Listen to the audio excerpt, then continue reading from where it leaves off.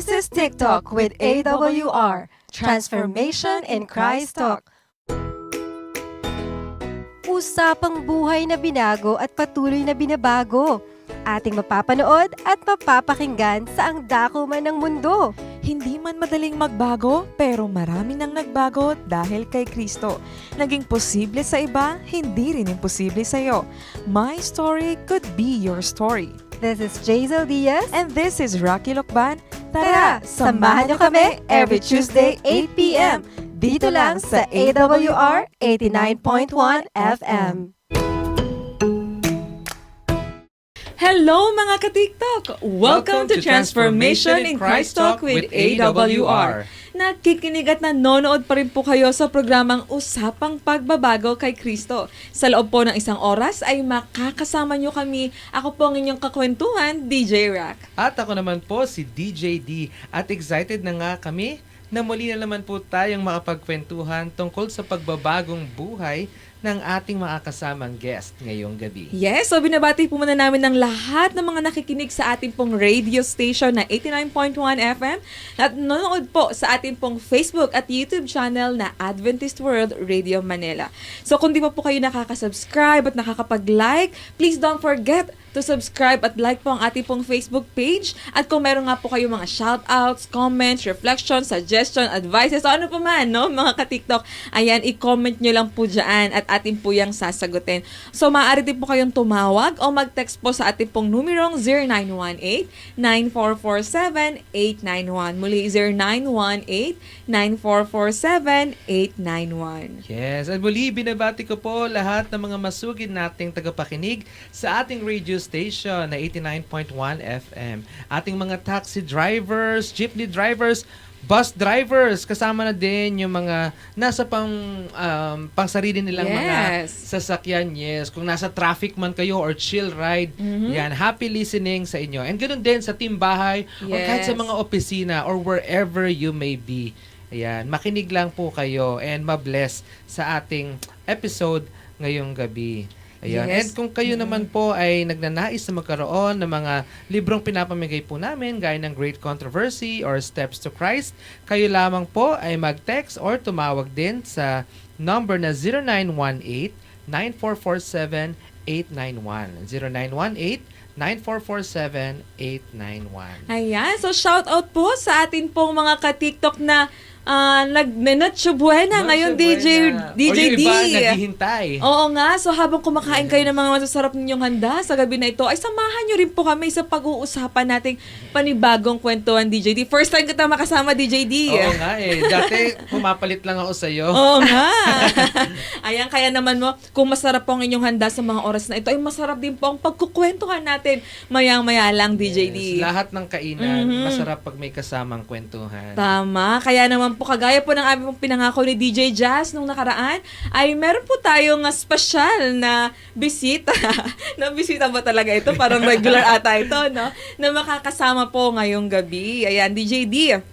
Yes. So, tayo nga po ay nasa ika-12 episode ng ating programang TikTok or Transformation in Christ Talk na may pinamagatang From Self-Sufficiency to Surrendering to God. Ayan. So, kaya naman talaga, dahil palagi nyo na kaming napapakinggan, palagi nyo na naririnig yung mga story ng ibang mga tao, why not naman this time ay makikilala naman natin yung isa sa ating pong mga DJ. Walang iba nga po kundi si DJ Jazz. Ayan. DJ D, pakilala mo muna daw. Konting introduction. Yan. Hindi, ayaan na natin siyang magpakilala sa atin, no? Yan. So, tawagin po natin si DJ Jazz. Akala nyo wala siya, no? Oo nga. Sama-sama tayo ngayon tatlo dito. Ayan, hello to everyone. Akala ko rin absent ako. Hindi pala. Ako pala yung guest for tonight. Yes. And yes, marami po kami na mga na-interview na o nakasama o nakakwentuhan dito sa TikTok. Pero hindi nyo pa kasi naririnig yung amin po ni DJ Rack. Kaya po ngayon, kami naman po ang guest sa mga susunod pa po na episodes natin. natin. So thank you so much po for tuning in and sa pagsubaybay sa amin ngayon. And I greet you blessed holidays. Ayan, kung nasan man po kayo ngayon, nag-iisa, may kasama, may pamilya o walang problema kasi kasama nyo ang AWR. Ayan, so to introduce myself, ako po si DJ Jazz. Ang buong pangalan ko po talaga ay Jazel May Martinez Diaz. Ayan, ako po ay happily married and I have 3 kids.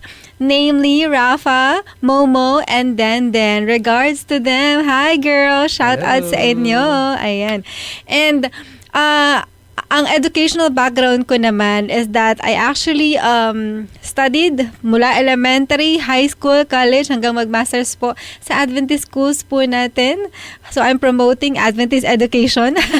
At the same time, ako po ay nagtapos nung college ng AB or Bachelor of Arts in Theology. Or sa iba po, tinatawag po nila na pagpapastora, ganyan. And currently, ako po ay nag-work sa Adventist University of the Philippines as faculty po doon sa College of Theology. Although right now, I am on a study leave, so marami po akong time to do this kind of ministries, ganyan. Well, ano pa ba? So, if I would introduce or I would, define or give a description of myself, I would simply say, I am a daughter of a king. Amen. A daughter of God. Kasi dumating ako, DJ Rock, sa punto na nothing could ever define me. Hindi yung career ko, hindi yung family ko, hindi yung kung anong meron ako. But the only thing that could define me ay anak ako ng Diyos. Amen. So, ikaw ay married, right? So, kailan kinasal, DJ Jazz? March 1 po, 2015. Ayan, baka gusto mo ipakilala yung husband. Oh, yes. My husband, Zernan Diaz, is accountant po sa ating denomination na Southern Asia Pacific Division. And siya po ay former conductor ng choir. Ayan. So, mahilig po siya kumanta at yan po ang kanyang passion, ng talent. Ako naman po ang tagapakinig. Oo, balita ko pati yung mga anak niya kumakanta. Ay, oo. So, that's why nagmana po sila sa kanilang ama. Pero ako po ay nagluwal sa kanila. Take note. Yun lang. Yun ang ngayon kanyang ambag. Yan ang role ko. Okay. So, nakilala nyo na yung medyo introduction, no, ni DJ Jazz. Pero of course, gusto pa natin siyang mas makilala pa mga ka-TikTok. Kaya naman, wag kayong nilipat po sa inyo pong mga pinapakinggang radio station na 89.1 FM at para mas lalo pa nating makilala ng lubusan nga po si DJ Jazz. So, DJ Jazz, can you tell us about your childhood? Yes, bilang bata, DJ Rock, sabi nila mabait daw akong bata. Oh. Sabi lang nila yon. Pero hindi nila alam. Marami ding mga, alam mo yun, the normal gawi ng pagiging bata. Kasi kami ay 7 magkakapatid. And 5 yung kapatid kong lalaki, tapos 2 lang kaming babae. Yeah. And kapag may mga lalaki kang kapatid, hindi na mawala dyan yung asaran, yung kulitan. Tapos sa mga laro ko din noon, DJD, football, minsan Holland din, kung ano yung laro din ng mga kuya ko. Pero, yung ate ko, na-interview namin DJ Rock, yung ate ko, si Mary Me. Ayan, kalaro ko din siya noon ng luto-lutuan, ganyan. Yung parents ko, particularly yung father ko, medyo strict sa amin. So, pag may ginawa kang pagkakamali, dapa, papaluin ka. Pero ako yung tipo ng bata na I would make sure na wala akong ginagawang pagkakamali na alam ng parents ko. so tuwing magkakamali yung mga kapatid ko, papadapain sila. Di dadapa sila, tapos papaluin sila. Tatanungin ng tatay ko, anong ginawa mong mali? Ganyan. Di sinasabi nila kung ano yung mga maling nagawa nila. Pero nung ako na, ikaw, anong ginawa mong mali? Wala akong sinasabi. Wala po akong ginawa. So, lagi akong denial. Pero, kasi ang sa akin, ate ko yung pasimuno sa mga kalokohan and all. Sumusunod lang ako. Sabi ko, wala naman po akong ginawa. Sabi ko ganun. So, parang ang sa akin, I make sure na hindi ako gumagawa ng mali. Alam mo yon, lalo na sa mata ng mga magulang ko. Ganyan. So, hindi ko alam kung pinalo pa rin ako, Pero, ganun ako mag-reason out sa kanila. So, dumating ako sa point na I always want to please my parents, ayan, my churchmates, ganun din sa school, ganyan. So, kasi nakita ko na kapag gumawa ako ng mali, papaluin ako or hindi matutuwa sa akin o magagalit sa akin. Actually, na-develop nga sa akin yung DJ Rock, yung fear of pinapagalitan. Parang ganon. Parang Ayaw na pagsasabihan. Oo, ayaw kong pinapagalitan na pagsasabihan. Kasi at some point, sinasabi ko, kasi ginawa ko naman yung best ko. Parang tama naman yung ginawa ko. Something like that. Parang I always defend myself na I'm good. Parang ganon. Na, kasi naririnig ko din sa mga ka-churchmate ko na, ay, mabait na bata yan. Ganyan. Siyempre, matutuwa ka, diba? Oh, so parang yun yung naging pattern ko Parang all the may while. ano ka na to live out yung ganong expectation. Oo, ng yung ganun. tao. Kasi yun yung naririnig ko din sa kanila. Gusto niya ma-maintain yung good image. Oo. Kumbaga. Pero hindi nila alam, dahil nga marami akong kapatid na lalaki, tuwing inaasar nila ako, mabilis ako magalit. Tapos talagang minumura ko yung mga kapatid ko, as in yung PIT, yun, binabanggit ko yun. Imagine, bata pa ako noon, wala pa akong 10 years old. Ganun na yung pattern ko every time na inaasar nila ako sa bahay. Pero hindi alam ng parents ko. Kasi nga lagi silang nasa work, ganyan. So pag kami lang, ganun yung setup na halos araw-araw asaran dito. So ako lagi ako nagagalit sa kanila, ganyan. Hanggang sa alam ko in myself na meron din akong ganung struggle yung in terms of getting angry easily, lalo na sa mga kapatid. So mga ganun. Bata ka pa nun. Oo. So may sense ka na dun na parang, may consciousness ka na parang there's a struggle. Parang sa akin, natural lang yun na reaksyon bilang bata kapag inaasar ka. Parang ganyan. Although sa school, pag inaasar ako sa school, hindi ako makapalag. Kasi syempre malalaman ng teacher, makikita ng mga kaklase mo. Oo, hindi makapalag. Pero may isang incidents na inaasar ako sa school, grade 3 ako noon. Tinulak ko ng kamay ko yung nangaasar sa akin kasi nasa harap ko siya eh. Kaso yung kamay ko, siguro yung knuckle ko, tumama dun sa ilong niya. So dumugo yung ilong niya. So ang ginawa ko, umiyak ako. Kasi sabi ko, lagot, baka pagalitan ako. Mas kinare mo pa yung sarili mo kasi sa nasaktan mo. Oo. Ang sa akin, kasalanan naman niya yun eh, kasi nangaasar siya. Parang ganun. So, umiyak ako kasi takot ako mapagalitan, parang ganun. Tapos nagdahilan ako na hindi ko naman po sinasadya kasi po nangaasar sa akin. Kaya nung pag gano'n ko po ng kamay ko, tinamaan po siya. Parang gano'n. So, parang pero mula nun, yung mga classmate ko, takot na sila sa akin. Hindi na nila ako inaasar. Kasi feeling nila, kaya ko sila. Parang gano'n. So pag DJ din, pag titignan mo si DJ Jazz, parang isipin mo, nagagalit ba talaga to dati? Kasi Oo nga eh. napakalumanay niya. So parang wala sa aura niya na talagang mabilis siyang magalit. Siguro na-overcome talaga by God's Meron, grace. oo. There's nagkaroon ng instance sa buhay ko na I was able to overcome it. And for some reason. Maybe later we could share that. So, ayan, that was your childhood. Pero sabihin natin yung medyo mas tumanda ka na. Who is DJ Jazz before Jesus Christ? Ayan. Dumating ako sa point ng buhay ko na, nag-high school ako. Although, I'm achieving a lot of things in life sa pagiging, alam mo yun, top 1 dun sa class, ganyan. And to the point na naging valedictorian ako nung elementary, ganyan.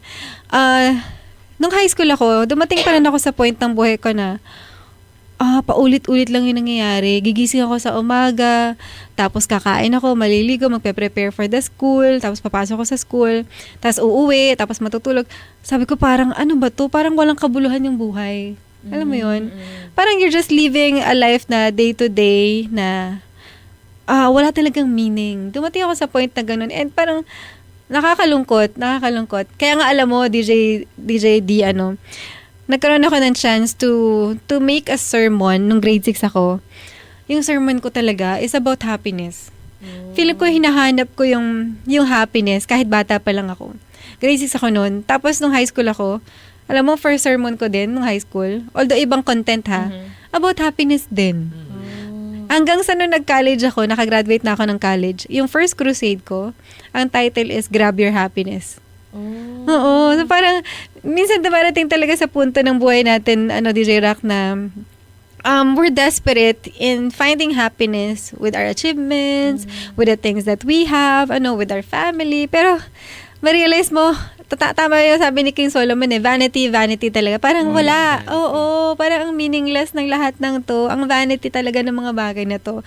Simply because, sabi ko nga, yung tanong mo is, I haven't encountered Jesus yet. Alam mo yun, DJ Ra, kahit lumaki na ako actually katabi namin yung church. Kapitbahay namin yung church. Lumaki ako sa ganun. Pero, it doesn't mean na na-encounter mo na si Jesus o may Jesus ka na sa buhay mo. Exactly. Although, pwede mo siyang makilala with this, with your mind. With knowledge, lang, sa head knowledge lang. Pero yung marinasan mo siya by heart, yung ma-experience mo talaga siya personally, minsan it takes time to happen. And minsan, hanggat sa hindi mo pa siya na-encounter, walang ganun. Yan. So, ramdam na ramdam ko na napakakulay ng iyong buhay and we have a lot to learn, no? Na-imagine ko yung talking about happiness and everything. Ay, wait, may question pala ako. So, nung naging sermon mo siya nung elementary ka, high school ka, and then was that a coincidence o na-realize mo lang na pare-pareho yung theme mo? Later ko na na-realize. Kung kailan nakapag-sermon na ako nung college ako, after ko graduate. Nung binalikan mo, parang... Oo, saka ko lang na-realize. Bakit palagi yun yung gusto kong talaga topic? yung longing ng heart mo. Parang ganun. Parang unknowingly, no? Yun yung... Kasi I was given the chance to choose my own sermon Parang ganun. Kaya medyo puputulin po muna natin ang ating kwentuhan. Ayan. Yan. So, bago tayo magpatuloy, tayo po muna ay makakapakinig ng isang awiting entitled Grace by Laura Story.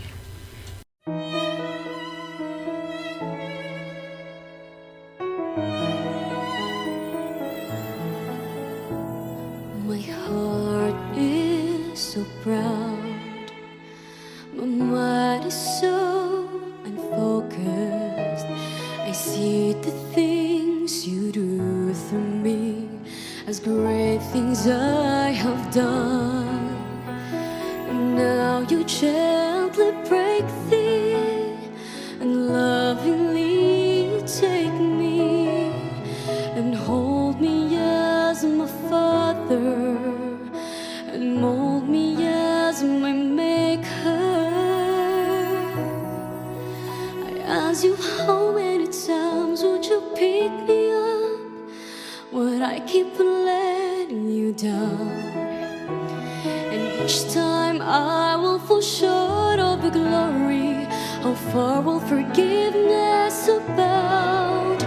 And you answer, my child, I love you. And as long as you're seeking my face, you walk in the power of my daily sufficient grace.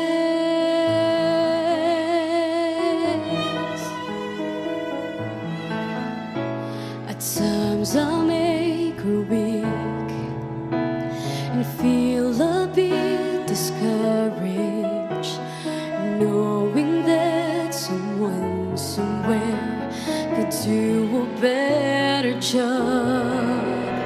For whom am I to serve you?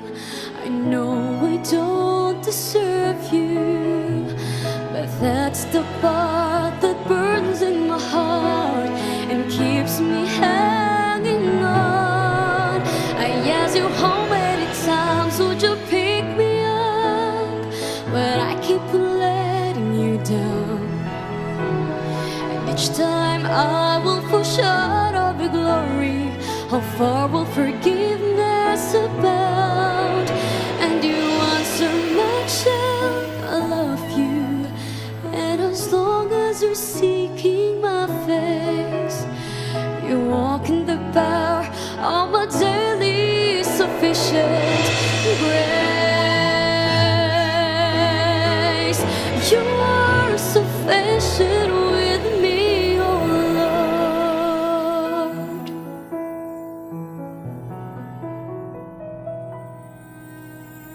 As I walk with you, I'm learning for what your grace really means. The price that I could ever pay was paid at Calvary. So instead of trying to repay you, I learned to simply obey you by giving up my life.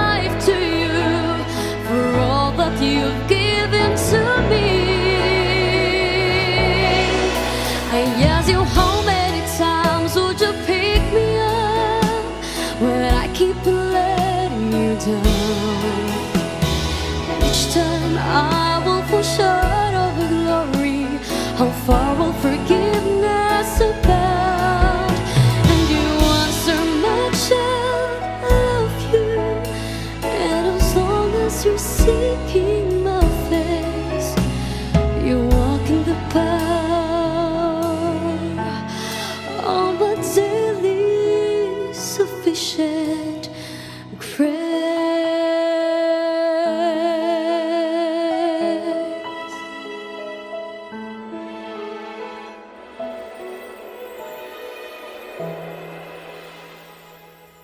Andito pa rin po tayo sa TikTok, Transformation in Christ Talk with AWR. Ako po si DJ D. At ako naman po si DJ Rock at patuloy pa rin po tayong nakikinig dito po sa 89.1 FM at nanonood sa ating pong Facebook page at YouTube channel na Adventist World Radio Manila. Kung di pa rin po kayo nakapag-subscribe, nakapag-like, kung meron kayong mga comment, share, ma-share na comment or reflection or advices o tanong, maaari lamang po kayong mag-comment dyan or tumawag o mag-text sa numerong 0918-9447-891. Muli 0918-9447-891. At kasama pa rin po natin ang ating guest na si DJ Jazz at pagpapatuloy po natin ang kwentuhan na medyo nabitin po ng konti at sa mga nanonood nga po, sa mga kumakain ngayon sa oras ng Noche Buena, ayan, patuloy pa rin po ninyo kaming samahan sa kwentuhan ng pagbabago po ni DJ Jazz. So, DJ Jazz, how did you encounter Jesus in your life?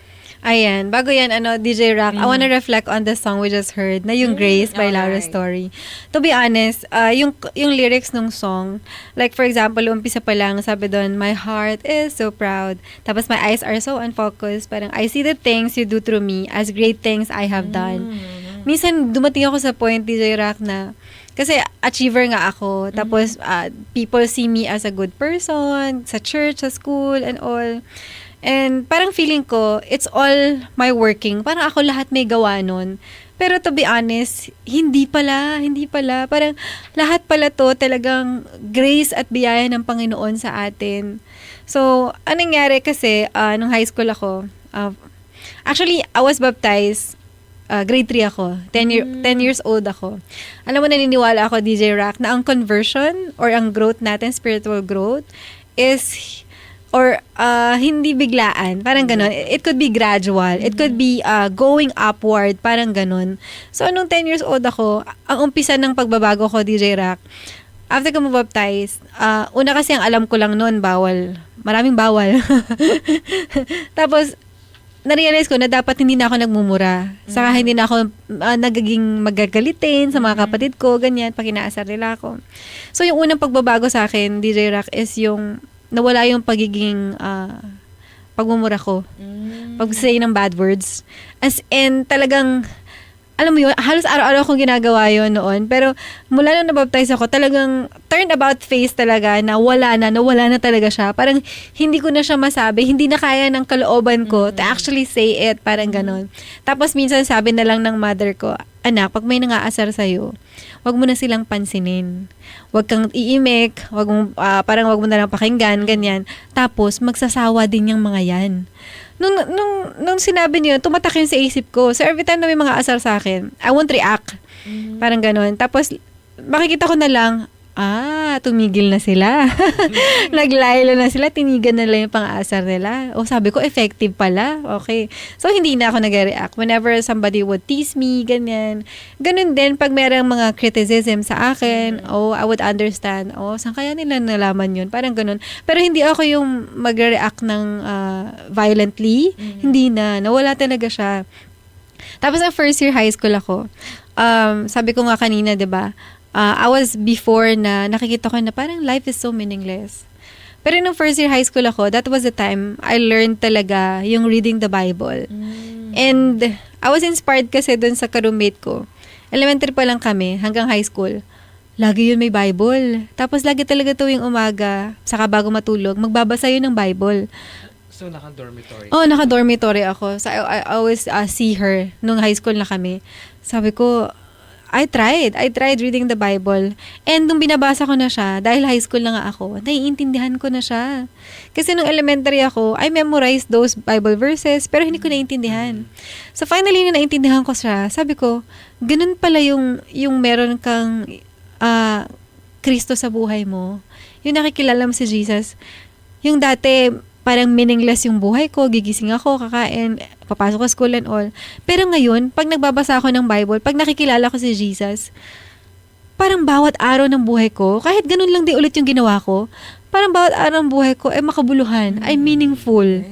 Parang everything under the sun has meaning nung na-meet ko talaga siya, nung nakilala ko siya, nung na-encounter ko siya in reading the Bible. Pero kung hindi ako dumating sa point na nagbabasa ng Bible, baka hindi rin ano. Ito, I mean, we're talking about this, yung meaning, Mm-mm. especially pag kasama si Jesus. Oo. Lagi-gets ko yung feeling na andali niya ikwento. Yeah. Pero hindi mo siya magigets until you experience it. Yes, totoo yun. Diba? I mean, we Totoo can talk yun. about it right now. Pero yung Totoo. sinasabi mong, yung pareho lang yung ginagawa mo, yet mas may meaning na siya Mm-mm. when you have Jesus with you. It's something that you have to experience talaga for yourself. Mm-mm. So, that is the call for us, sa mga listeners po natin. Ang panalangin ko po para sa inyo, ma-encounter niyo talaga si Jesus. Personally, Exactly. Kasi kahit anong sabihin namin ganda ng Oo. mga na-experience namin, Oo. kung ikaw mismo hindi mo naranasan, parang hindi mo talaga mapapaniwala totoo yung sinasabi namin.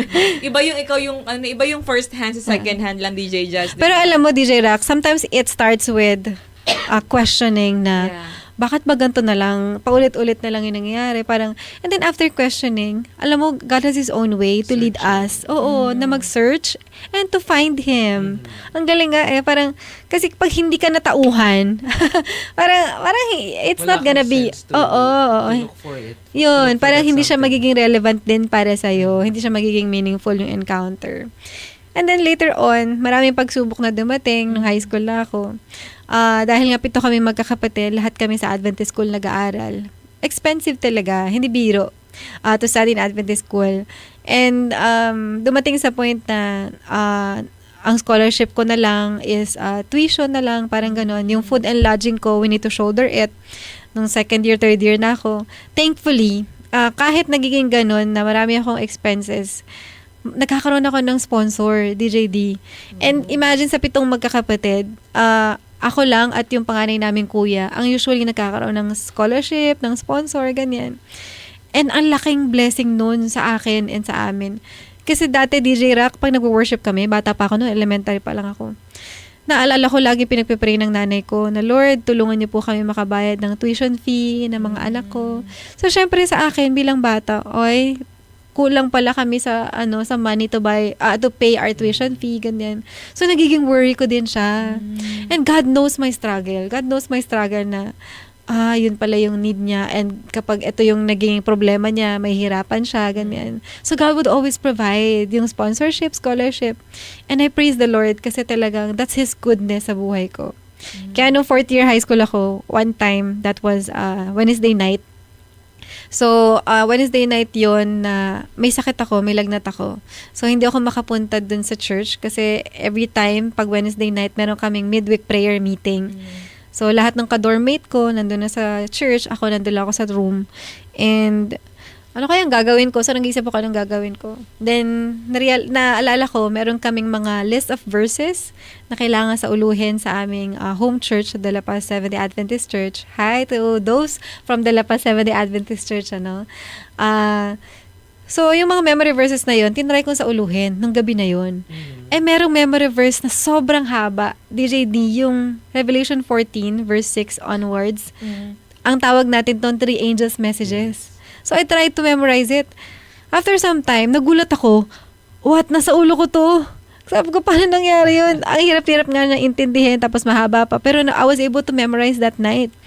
Tapos, doon ako natauhan na God has been so good to me. God has been so good to me in the past. Ang daming blessing na binigay sa akin ng Panginoon. And alam mo, nung time na yun, I was so down kasi tumakbo ako ng student government presidency. And I lose, natalo ko. And dahil natalo ko, wala na akong other offices sa school, tapos wala na akong, parang nawalan ako ng mga friends, ganyan.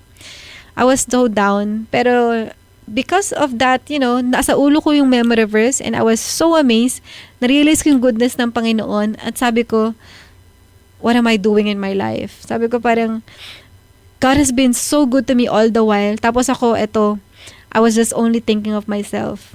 Na parang lahat na lang ng ginagawa ko, akala ko para sa Panginoon, pero ginagawa ko pala para sa sarili ko. Para sabihin ng ibang tao na, mabuting bata yan, ay magaling yan si Jaisel, ay matalino yan. What for, DJ D? Parang, ano bang sense ng mga bagay nito if it's just for yourself? Kaya sabi ko, doon ako nag-decide, DJ Rock, na, Lord, I know malapit ka nang dumating. Marami ng signs na na-fulfill. Kasi that time, meron kaming Bible teacher, si Pastor Joe Galabit. Hello po. Lagi niya siya nagde-discuss about signs of the times, kung paano malapit na dumating si Jesus at na-fulfill na yung mga prophecies before He would come. Sabi ko, Lord, I know malapit ka nang dumating, pero anong ginagawa ko? So, pag nag-college ako, Lord, gusto ko mag-theology. Para lahat na nang gagawin ko para sa'yo na. I finally decided, thankfully, 4th year na ako nun, na gusto ko mag-theology talaga. Para wala akong choice, kundi maging full-time sa gawain ng Panginoon. And talagang lahat ng gagawin ko, isipin ko, lahat ng capabilities ko, I'll just give it to Him. At talagang lahat isusurrender ko sa Kanya.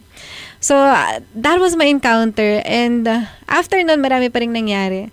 Pero I know in my heart na I'm not gonna live for myself anymore. Amen. Na I'm gonna live for Him. And everything that I will do, it will just be for Him na. Not for me na. Grabe, no? Mga katiktok na nakikinig ngayon habang kumakain, no? Nakaka-relate ba kayo sa story na sinishare sa atin ni DJ Jazz na kung saan talaga nakita natin yung leading, hindi naging madali DJ D, no? Yes. Talagang bata pa lang, ito na, ang dami ng mga nangyari, pero nakita natin yung leading ng Panginoon sa buhay niya at yung mga realization niya. Kaya na-led siya doon sa pagiging pagpapastor, no?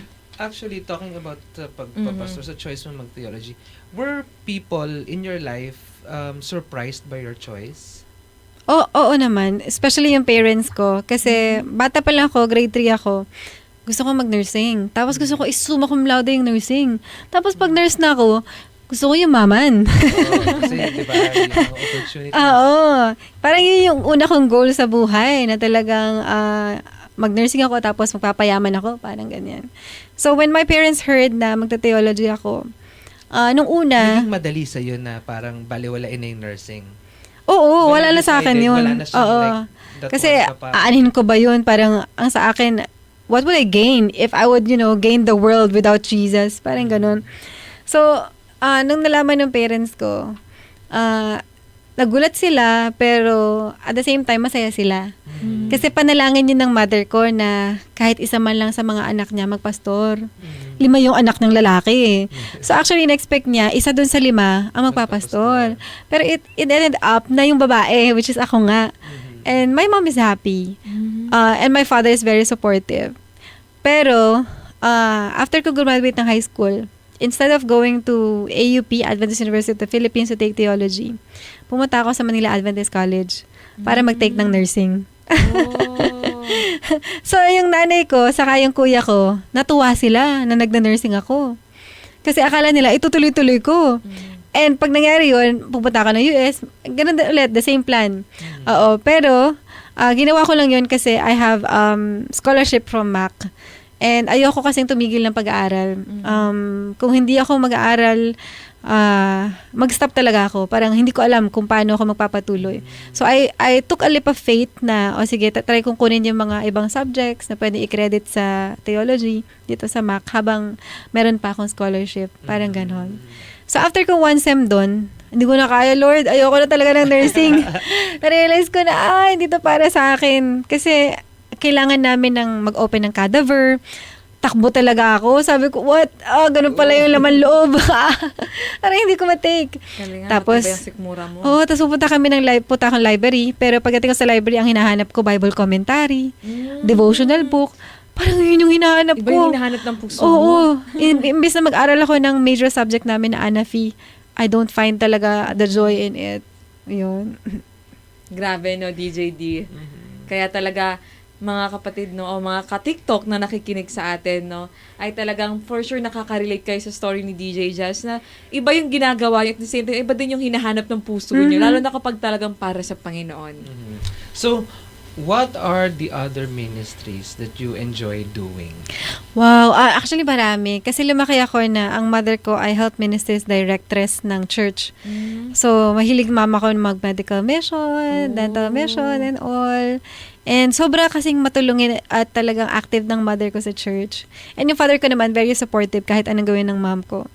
So ngayon, one of my ministries is also conducting, coordinating medical and dental missions. Oh yes, kasama mo pa yung mga anak mo. Even with my kids, ganyan. And I really enjoy that. Although, I also enjoyed hosting, yung ginagawa ko ngayon. Ayan, I find joy. Kasi nung college ako, meron kaming radio station sa campus. And I've been one of the DJs. Sabi ko, pag nakagraduate ako, I would love to do this. And nangyari nga dito, sa TikTok. Yes. And I'm so happy na I was given the chance to do hosting. Ayan. So talaga, no, kahit na natupad mo na yung mga iba mong pangarap, yung mga iba mong gusto, at the same time, tuloy-tuloy pa rin yung pag-grow mo, tuloy-tuloy pa din yung pag-involve mo sa iba't ibang ministries. Yes, Hindi ka naging stagnant lang sa isang ministry, kundi nagagamit ka talaga sa lahat, no, DJ D. And Yeah. yung experience mo dati, naging preparation mo for year na yun. Totoo, Exactly. totoo. Although, my career path ngayon is teaching. And I've been to pastoral work. Naging youth pastor din ako noon.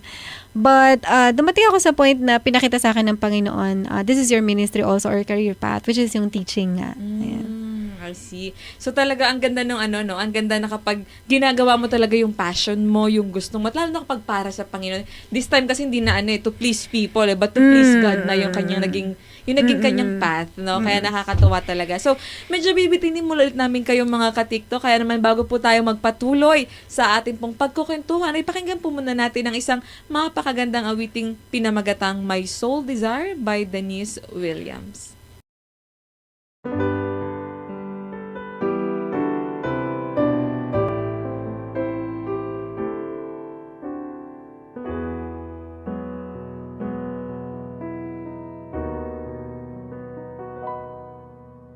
Lord, when you placed your hands upon me, I knew that I would never be the same. For in that moment I became your servant, and since that day I only have one aim. My sole desire is to be used, an empty vessel longing to be filled by you. My sole desire is to serve you, Lord, to do your perfect will, to work each day and build your kingdom. This is my sole desire.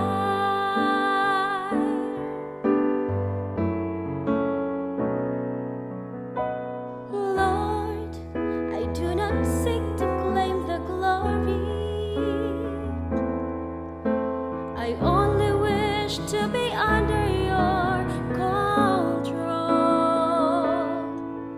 For I know that you alone are worthy, and it's you who placed this longing in my soul. My sole desire is to be used, an empty vessel longing to be filled by you. My sole desire is to serve you, Lord, to do your perfect will, to work each day and build your kingdom. This is my sole desire.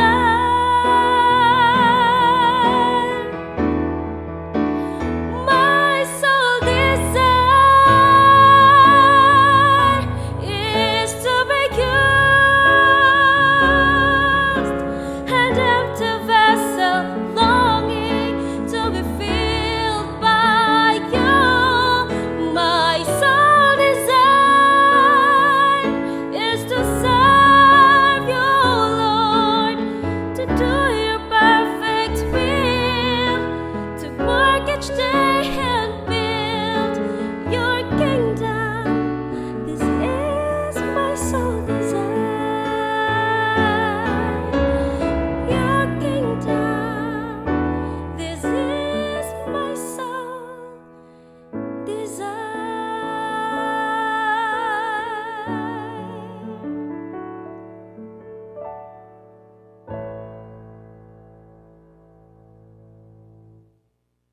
andito pa rin po kayo at nakikinig pa rin po sa TikTok with AWR. Ito pa rin po si DJ Rock at patuloy pa rin po nating pag-usapan ang kwentong ng pagbabago po ni DJ Jazz. Ayan, DJ D.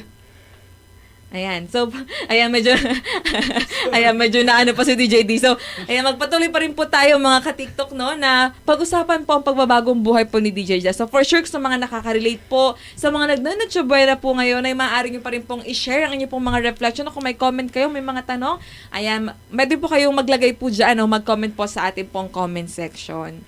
At sa mga nais din pong magbahagi ng kanilang mga kwentong pagbabago kay Kristo at live na maasama po namin dito sa studio, ay kontakin nyo lamang po kami or tumawag o mag-text sa 0918-9447-891.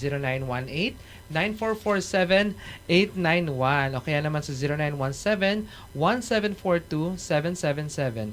0917-1742-777 at pwede rin po kayong mag-direct message sa amin kay DJ Rock or kay DJ Jazz or mag-message sa aming FB page na TikTok with AWR. Ayan, so DJ Jazz, kanina kasi ang kantang inawit o tinugtog ay yung My Soul Desire. So, paano ka ba nakaka-relate sa kanta na yun? Yes, alam mo, that's one of my favorite song, DJ Oh, Rock, I see. My Soul Desire. Although hindi ako mahilig umawit, pero I would always love to sing it, Kasi, dumating ako sa point nga, DJ Rock, na ang gusto ko na lang gawin is to serve Him. Is talagang i-surrender sa Kanya lahat, is to be used as an empty vessel na ang favorite verse ko, DJ Rock, is Galatians 2:20. Oh. Na hindi na ako yung nabubuhay with myself, with my body. Kasi dati, I was so full of myself. Parang ganon. Na parang all about me, ganyan. Lagi ko inisip yung sarili ko, ganyan. Pero finally, when I met Him and I encounter Him in my life, Galatians 2:20 says, I am crucified with Christ, therefore I no longer live, but Christ who lives in me. Hindi na ito, hindi na si Jaisel yung nabubuhay dito, but Jesus lives in me, So, kaya I really relate to that song na, Lord, ito na yung desire ng puso ko. I see. Pero nung mention mo kasi kanina, DJ Jazz, no, na ang dami mga nangyari, ang dami mo na mga natupad, pero ano yung mga challenges na na-encounter mo? Medyo pakapyawan lang din natin ng konti yun. Baka may mga, for sure, naging roller coaster din yung journey mo as a servant of God. Oo, maraming challenges, DJ D, Dumating ako sa point na I feel so discriminated kasi babae ako. Kasi sa ating Seventh-day Adventist denomination, bihira kasi yung babae na nagte-theology, nagpapastor, ganyan. Nung pagtungtong ko pa nga lang ng AUP, at nag-a-apply ako na mag-take ng theology, I was being asked, bakit ka magte-theology? Paano yan? Pag-graduate mo, baka walang available na trabaho para sa'yo. Kasi hindi pa ata open yung conferences natin to accept lady ministers. Sabi nilang ganun. Gusto mo mag-nursing ka na lang, parang mas bagay sa'yo mag-nursing, And sabi ko, galing na po ako doon. And talaga po, ang gusto ko po talaga ay mag-theology po kasi gusto ko po talaga na maging full-time sa gawain ng Panginoon. And I don't care po whether may trabaho ko wala, pwede naman po ako mag-volunteer o kung ano lang po ay paprovide ng Panginoon for me, ganyan. So, basta gusto ko po talaga na mag-theology po para lahat na po ng gagawin ko para sa Diyos, ganyan. So, I was really convicted na ituloy ko, i-push ko to, And then, pagdating ko nga sa AUP, habang nag-aaral ako doon, nakita ko, iba't iba yung course nila, education, engineering, accountancy, nursing. Bakit kahit hindi theology yung course nila, sobrang full-time din sila sa gawain ng Panginoon. Sabi ko, pwede pala yun na kahit iba yung course mo, kahit di ka theology, basta piliin mo na to serve Him, pwede. With whatever yung field mo. Whatever career mo o field or calling na meron ka, so sabi ko, pwede pala yun. Pero, later on, na-realize ko na this is God's calling for me talaga. Kasi I was able to finish it. Nung third year college ako, tinatanong ko ang Panginoon, Lord, tutuloy ko pa ba to? Hindi. Kasi pag tinuloy ko itong pagte-theology, I would carry it throughout my whole life. Na, pag nagkamali ako, maaaring maraming matisod, maaaring maraming mababackslide, ganyan. Kaya ko bang mabuhay na faithful sa'yo? Parang ganon. And God led me na ituloy mo yan. And I was able to work immediately after graduating. Sabi nila, wala kang trabaho, ganyan. na dumating sa point na mamimili na nga lang ako kung anong trabaho gusto ko eh. Either mag-chaplain ako sa ospital o mag-work ako as a church planter sa isang conference, ganyan. And then, nag-work na ako, DJ Rock, babae nga kasi ako, saka I was so young. Marami ding parang nagda-doubt with my capabilities and kung ano yung pwede ko ma-contribute as a lady pastor, ganyan. Pero na-realize ko, DJ Rock, kailangan ng lady pastor in the ministry and in the field work. Bakit? Imagine, I could connect with kids, I could connect with women, I could connect even sa mga elderly and all. All around ka. Parang, minsan, pag lalaki yung pastor, parang aloof yung mga women to counsel with them. Pero dahil babae ka, you could, counsel teens, you could counsel women, lahat, all ages, I could interact with them. And kahit sa visitations, I could do Bible study, whatever ages nila, walang problema. Kumbaga, God showed me na basta willing ka lang, to be used for Him, I would let you, and God has His many ways talaga. Amen. Napakaganda, DJD, no? Na talagang, pag inalaw mo talaga yung sarili mo na magpagamit sa Diyos, talagang imumultiply ng Panginoon yung talent na meron ka. Though yung ibang tao, medyo minamaliit ka kasi babae ka. Medyo, kumbaga, nalalagyan ka ng nalilimitahan ka ng ibang tao. Pero pag sa Panginoon, walang limitation. Talagang magagamit at magagamit ka, babae ka man o lalaki. No, DJ? Bata ka man na matanda. Bata ka man na matanda, may ipin man o wala. Ayan. Ayan. So, ngayon naman, na-encounter mo na si Jesus. Sino na ngayon si DJ Jazz?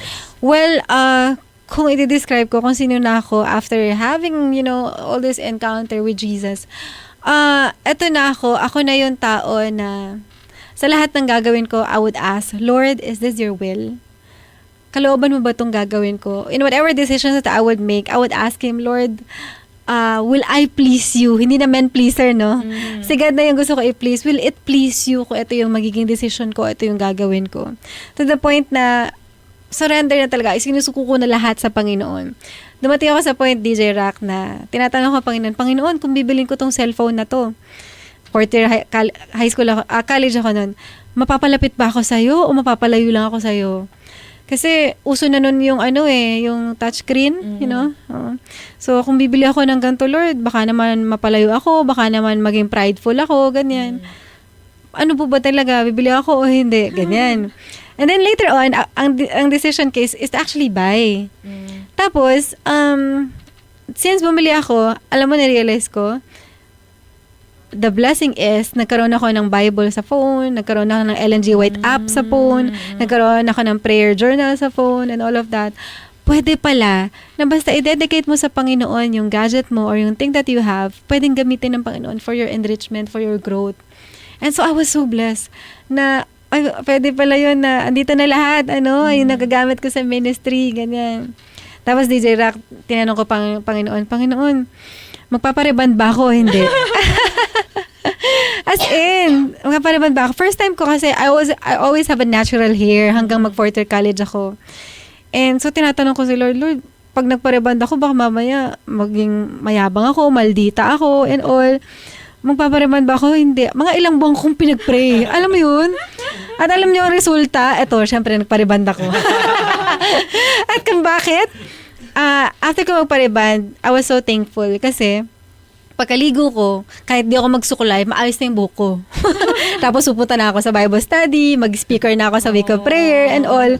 Pero nung hindi pa ako nagpapareban, ang tagal ko sa salamin, DJ Ra, kasi inaayos ko talaga yung buhok ko. Ako pa naman yung konting gulo, ayoko na, parang ganun. So, ang laking blessing sa akin kasi I don't worry anymore about my hair. Parang ganun. So, nakita natin na kahit sa mga simpleng bagay, Totoo. parang lagi yung tinatanong yung Diyos. Nakakatawa siya. Pero, pag-iisipin mo, ang galing mo, in all things talaga.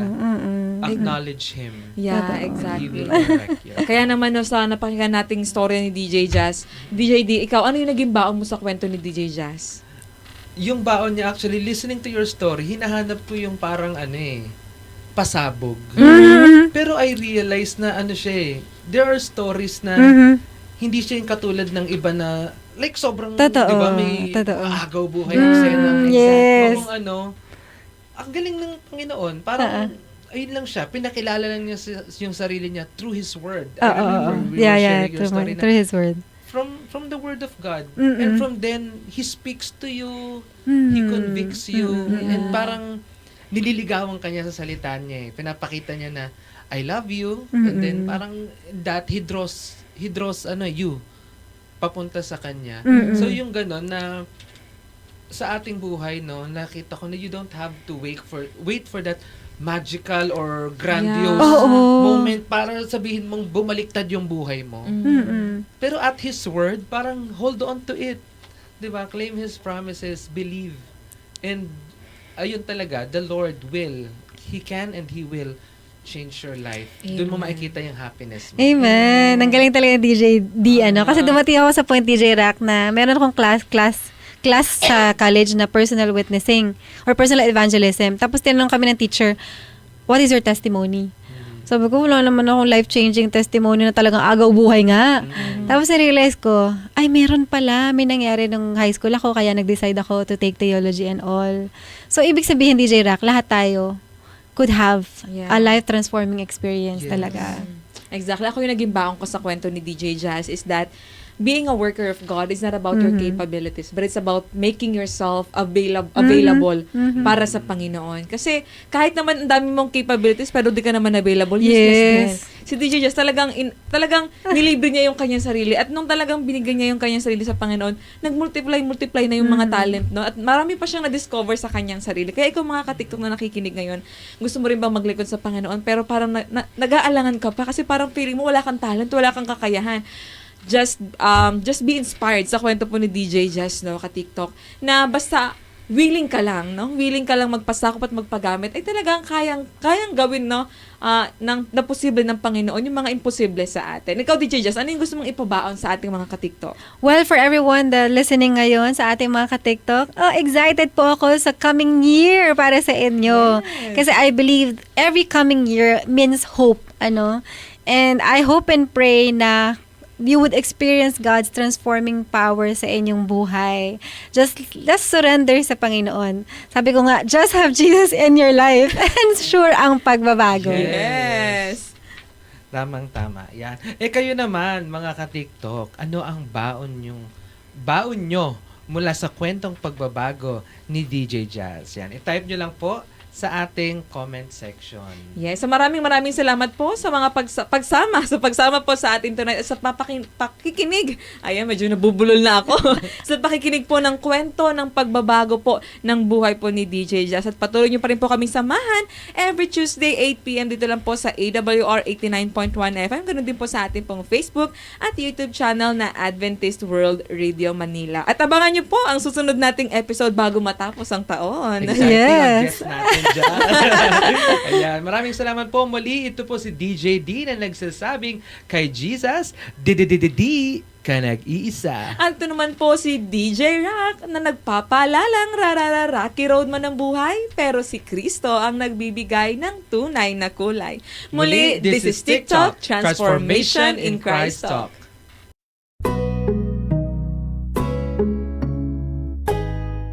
This is TikTok with AWR, Transformation in Christ Talk. Usapang buhay na binago at patuloy na binabago. Ating mapapanood at mapapakinggan sa ang dako man ng mundo. Hindi man madaling magbago, pero marami nang nagbago dahil kay Kristo. Naging posible sa iba, hindi rin imposible sa iyo. My story could be your story. This is Jazel Diaz. And this is Rocky Lokban. Tara, samahan niyo kami every Tuesday 8 p.m. dito lang sa AWR 89.1 FM.